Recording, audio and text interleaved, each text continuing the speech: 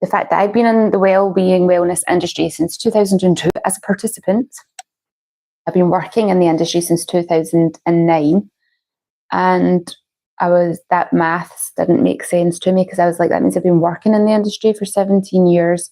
I've been part of the industry for 24 years, but that doesn't make sense, because how can I be old enough for that? And then I realised I'm 47, so of course I'm old enough for that. Anyway, there's lots of things that I have had to unlearn on this journey in this industry, because science changes, science evolves, and putting things into practice, you learn even more. Because if you've listened to any of my previous podcasts before where I've gone on a rant, science only takes you so far. Science, I'm just checking that my microphone was on. Science is science. It has to be repeatable, but human biology is not as repeatable as science needs it to be for things to be conclusive. So that was one thing, actually, that I have unlearned, that while science is there as the pinnacle of all education, as the top tier university, as the top tier, again, I've ranted about this in the past before, no, it's not. There, I said it. That is my belief. It is not the pinnacle of education. Very good. It can be very challenging. It can be very difficult. Doesn't mean it's the best. I learned more at college than I ever did at university. There you go. If you're new to the podcast, thank you so much for joining me. Brace yourself for tangents and ramblings and rants. I am very aware that I have got a meeting at 2:30, which is going to give me 27 minutes to get through today's podcast. So I'm going to try and keep this succinct and to the point. That's what succinct means. Welcome to my world. If you're a return guest, thank you so much for coming back. I do appreciate it. Remember to like, subscribe, share, etc. Right, what else have I had to stop believing in? What have I unlearned since I've joined this industry? I have a list to keep me on track. Once again, so everything was the first thing that I wrote. I've already talked about my belief in university being high and science being the pinnacle of all information. Can be useful, is useful. I still get caught up in the, oh, wow, look what science has discovered. Wow, look what we have discovered as human beings. I've also realised I am not indestructible. I went through quite a large phase of my fitness and health journey thinking that I could just, if I put in more effort and pushed harder, everything would be better, even though my body was telling me to stop, to slow down, to give it a break. The volume of exercise that I was doing in a week became ridiculous. I discovered, in hindsight, I've learned that while health and fitness is deemed as socially acceptable, it can also be problematic. There's history of disordered eating in my history, and that then got translated into where else can I bring control in how I measured and weighed food, control in going to the gym and being really distressed if I didn't get to get that workout in, thinking that everything was going to fall apart, everything was going to unravel if I missed one workout, scheduling my life around the workouts instead of the other way around. This attitude of go hard or go home, that was when I first was working in the industry. That was very much, the memes were just new, right? Social media was just new. Instagram hadn't even been created yet. But when I look back on one of my old accounts, when I scrolled right down to the bottom of the early posts, I had so many of these picture, what we now call memes. And it was, abs are built in the kitchen, sweat is your fat melting out your body, go hard or go home, you've got no excuses, get up and go, we've all got the same 24 hours in a day, blah, blah. Like, when I look back, I go, wow, that mindset was of what it was of the culture, and it wasn't helpful. But I have grown. I have moved through that. I no longer believe that. And actually, although I was posting those things, these are the things that I was telling myself. That wasn't the same as what I was telling my clients. I was much more compassionate with my clients. I was very much listen to your own body. If you've got up this morning and come to this class and you're struggling, listen to that. Make sure you take on plenty of fluids. Go light with it. I was teaching spin classes, so go light. Don't go hard and heavy with the class. Just let your legs roll out. Take it as a recovery session. I used to say these things to my clients, but didn't allow myself that same set of rules.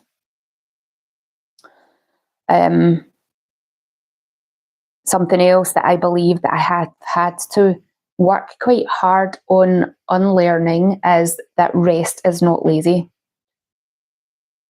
Again, I feel like this comes from social constructs of, if you've got space in your day, you've got to fill it doing something, you've got to be productive, got to show up, got to give. And this might be the last podcast I was talking about being a firstborn daughter, and that sense of responsibility that we hold. I think that sense of responsibility that we hold then can show up as fear of not doing something, fear of not being productive, filling your day because guilt sets in if you haven't. What have you been up to today? Or nothing? Oh, very good. Other people get their nose put out of joint if you've not done anything and they've been really busy. If my partner loves to go for a nap and I get annoyed with that, there's nothing to stop me from going for a nap. Apart from the fact I don't like going and lying down in the middle of the day, because that associates as being ill to me.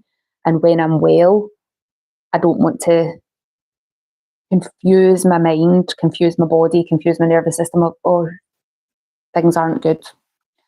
And maybe that's something else I need to look at and need to address as I continue forward. This podcast could be repeated again in another 18 months of what else have I unlearned. But yeah, rest is not laziness. I remember one of my friends sharing a thing saying you have to have rested enough to have the energy to do the task that you want to do. A talk that I was at, the guy there talked about to give somebody 100%, you first have to give yourself 200%, because you can't empty the tank giving to other people all the time. And I thought that was really, really, really, really, really useful information, but also acknowledged that the 200% to give the 100% was coming from a man. And in my experience, men definitely don't have that same guilt around taking their time for themselves, taking that rest, as women do. And where does this come from? What is that social construct? Why are we being given, or why do we believe that we have been given all the responsibility to keep everything going? What is it we're trying to prove? I had a rant on a couple of podcasts ago about feminism, and I wonder how much of it comes from that, this needing to prove that we are better than men, but we're not, because we have different skills. And we're all crazy. Trying to burning ourselves out to try and prove that we are the better species. But yeah, we are crazy with our beliefs. Another belief that I let go of, I unlearned, was veganism is healthy. I was vegetarian / vegan for around 20 to 25 years. And I thought that was the healthier way to be. I originally went into, I don't know if I've shared this story before, I originally declared I was vegetarian because my ex used to try and encourage me to try other foods. I had a very, very bland palate, but in him doing that, would get really stressed and really anxious because he was putting food on my plate. Don't fucking put food on my plate, please. But there was a lot of pressure, and he was getting frustrated with me, which was making me angry and frustrated with the whole situation. And so it would cycle on. So I just declared I was vegetarian so that he would at least stop putting meat onto my plate to try and get me to eat it. That then followed through for another 20 to 25 years. And that dabbled with veganism insofar as not having any animal products to consume. still wore leather, I still do wear leather, and I stand by the leather trade, not mass produced, but that's a whole other story, whole other podcast. I believe everything should be used, and using synthetic fibres, bad for the environment, it's bad for our health. I stand by that. Back to consuming a plant-based diet, took all dairy out. Yeah, dairy was pretty much the main thing that I removed from my diet when I went vegan. Believed it was healthy, thought that all the non-dairy milk alternatives were healthier, but I got Crohn's, right? When I was in this space, ate loads of fibre, but for whatever reason, my body wasn't happy with that. And I've spoken about this before, that when I listened to Hunter-Gatherer's Guide to the 21st Century, they talked about the evolution of diet. And when you look at where your genetics have come from, where your DNA has come from, and you try a diet that's more similar to your own ancestors. I think when I was first listening to that book, the paleo diet was a big thing, and people were all in with the big plates of meat and taking all the veg and stuff like that out their diet. And for some people that works really well, for some people it doesn't. Same with veganism, to be fair. There are a small cohort of people that veganism can work really well for. It is very difficult to be healthy and be vegan, because from animal-based foods, there are so many vitamins and minerals that are not as available in plant form. People will argue against that, but all I can say is, for myself, when I introduced fish into my diet, when I introduced meat into my diet, my body became healthier. So I'm not going to tell a vegan that they can't be vegan. It's none of my business. That's completely up to you. But if you have health issues and you are following a vegan diet and they have got worse, you might need to reconsider and think about that. And is there a way that you can make yourself healthier? But that's between you and your own morals and needs and desires and health outcomes. But for me, veganism was not the way forward.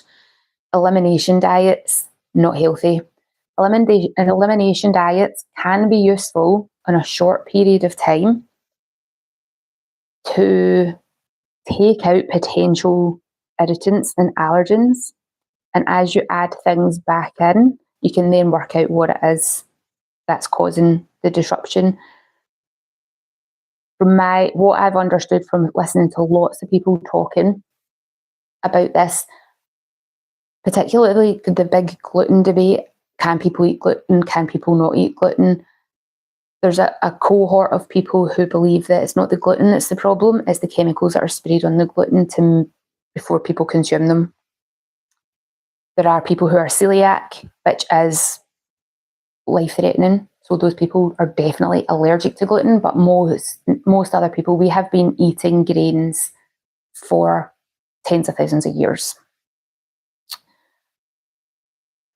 Your body, like the veganism thing, your body knows what it's happy on and what it's not happy on. If you remove that, there are lots of vitamins and minerals and nutrients that we can get from grain if your body can eat it. Now, we never, in the olden days, pre the last 40 years, we never used to eat bread that was made as quickly as it's made now.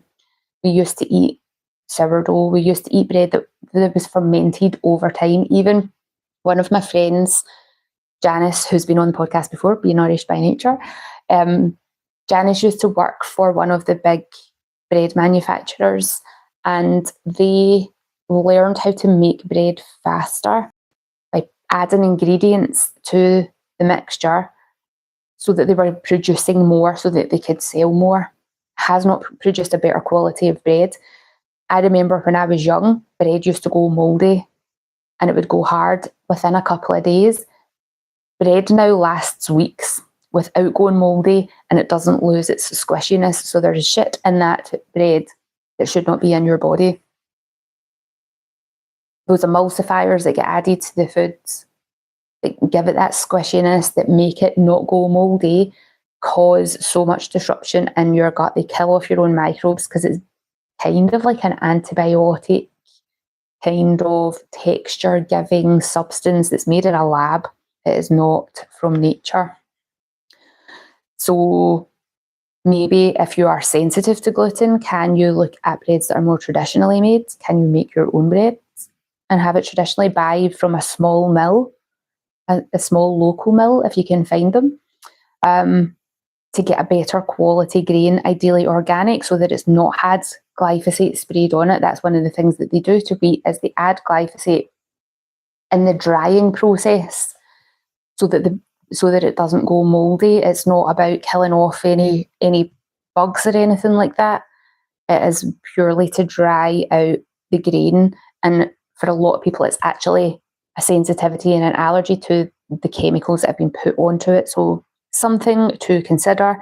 But the elimination diet, removing whole food groups from your diet is not ideal. You want to have a broad spectrum of different sources of food, ideally grown as locally as possible, so that you're getting a broad spectrum of microbes to help your ecosystem flourish. Kind of already touched on this next one about if getting over things if you just keep pushing through.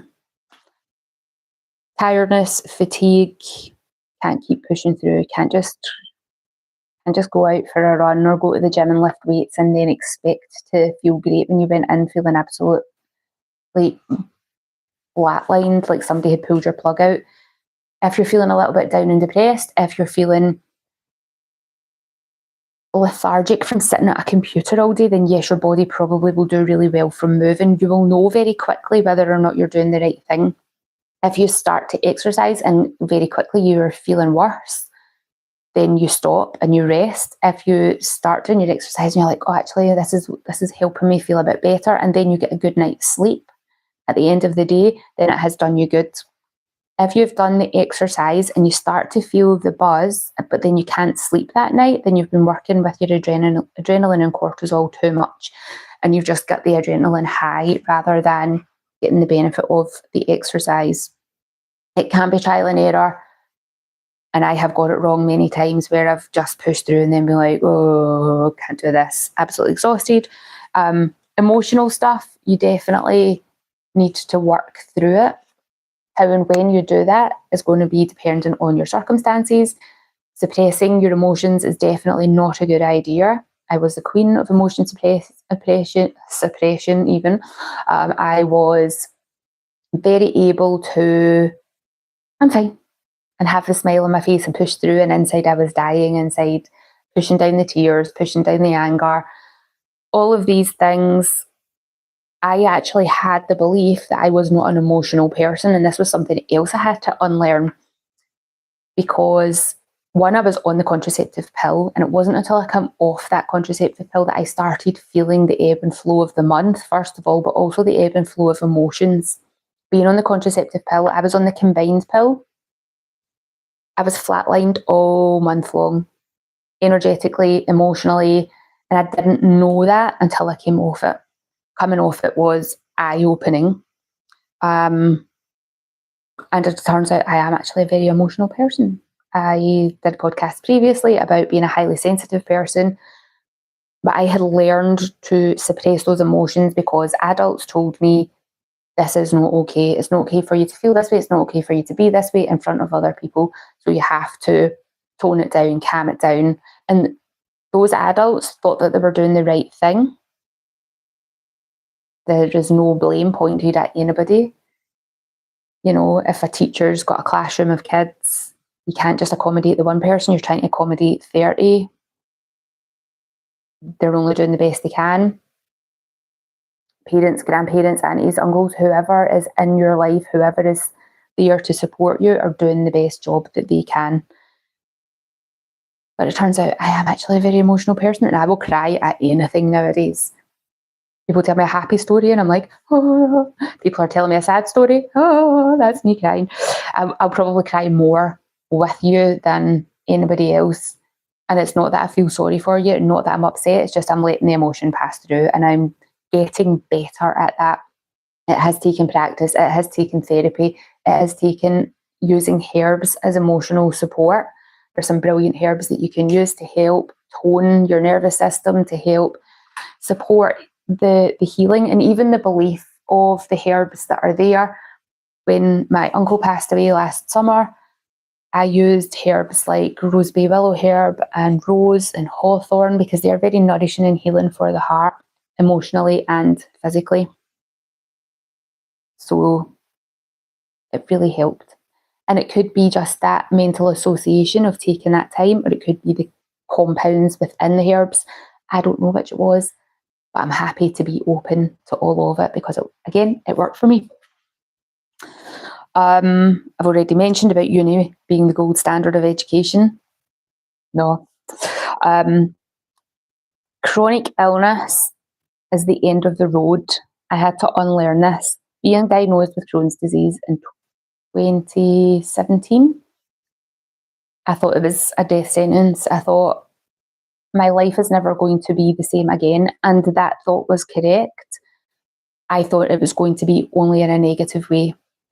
Yes, there are some shit times, literally and figuratively, but the life that I now am living is the life that I actually wanted to live long before I got sick, but I was too scared to live the life that I wanted to live because I had firstborn daughter, responsibilities and expectations that I was putting on myself. I was trying to live to this standard. I was overachieving. Some people would call it type A personality, but being in this achiever mode, never acknowledging what you've done, never taking a moment to pat yourself on the back, never even taking a step back and going, look what I did.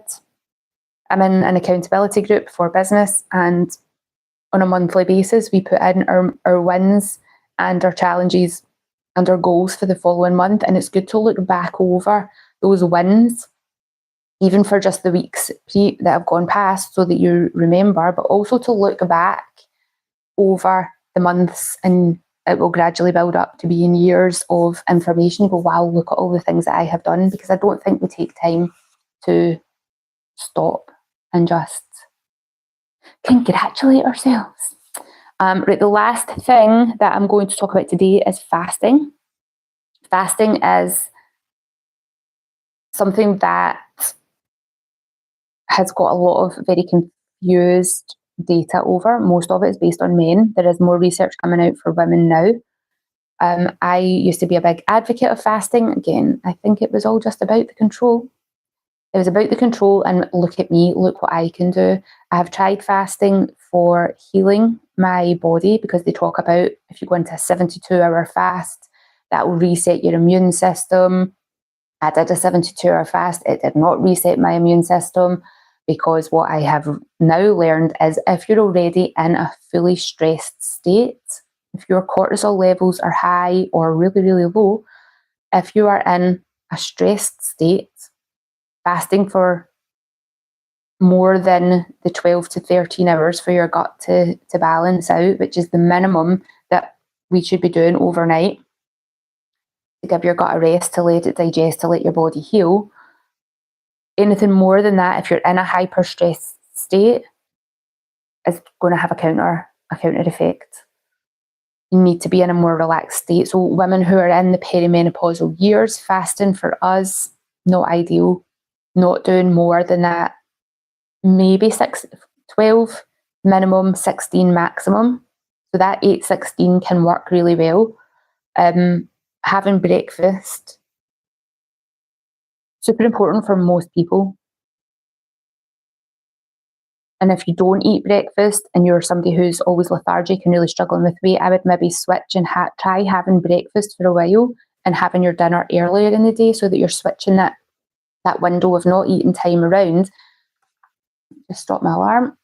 Just to see what works better for you, because so many people in the fasting world are like, just skip breakfast, it's the easiest meal of the day to skip, and then you can eat. But when you're waking up in the morning and the sun is starting to rise, your body is becoming way more sensitive to its environment. It's easier to digest the food as the sun is coming up. When the sun's going down, your body is down regulating, getting ready for sleep, getting ready for not digesting food. I would encourage people to give that a try, but do not do perimenopausal women the advice as it stands just now, because our hormones are fluctuating so much and all over the place. Our cortisol is included in that hormone fluctuation. That prolonged fasting is really, really potentially harmful.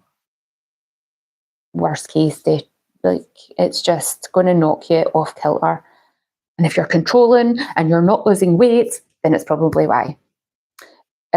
So yeah, that is where I want to stop today, because I've got a meeting to go to, and also I've talked enough. What I've stopped believing in 2026, since being in this industry since 2002, that math's just as wild. I do have a free lymphatic drainage download that you can get. The details are in the show notes, so please do download that. Get your kick started, get your body flowing and moving so much better. It's going round your body, flushing the toilet essentially. Please download that and then let me know how you get on. If you've got any thoughts, any comments, any questions, anything that you have unlearned, pop it in. I'd love to know if there's anything particular that you're like, oh, I've just had to let this go and here's why. Follow, like, share, subscribe, blah, blah, blah. I will see you on the next episode. Wrong button.